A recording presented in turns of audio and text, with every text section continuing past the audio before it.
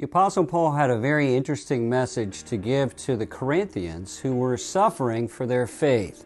He said these words, "Blessed be the God and Father of our Lord Jesus Christ, the Father of mercies and the God of all comfort, who comforts us in our tribulation, that we may be able to comfort those who are in any trouble with the comfort with which we ourselves are comforted by God." So here in 2 Corinthians chapter 1, he's giving us an incredible reason why bad things happen to good people. And he says, we have a God, the God of all comfort.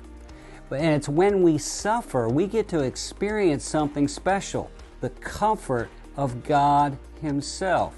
But that's not just for us. We're supposed to take that comfort and take it and give it to other people when they're suffering through a similar situation. So God allows us to suffer so we can learn to be comforted by Him so that we can take that comfort and comfort others. I look at it this way. Every time I go through a suffering situation, it's as if God gives me another key on my keychain. And as I go through life, I develop a bunch of keys on my keychain. And these are keys to people's hearts. Because I've been through certain things, I can understand what it is to go through those things, and I can take the comfort I learned from God and share it with those other people when they're suffering. I have a friend named Sherry, and Sherry used to be a drug addict, and she used to sell her body as a prostitute and live on the streets. Well, a godly Christian lady reached out to her when she was in jail, and she got saved and completely sane and sober and changed and cleaned up, and she's an awesome lady who runs her own business now.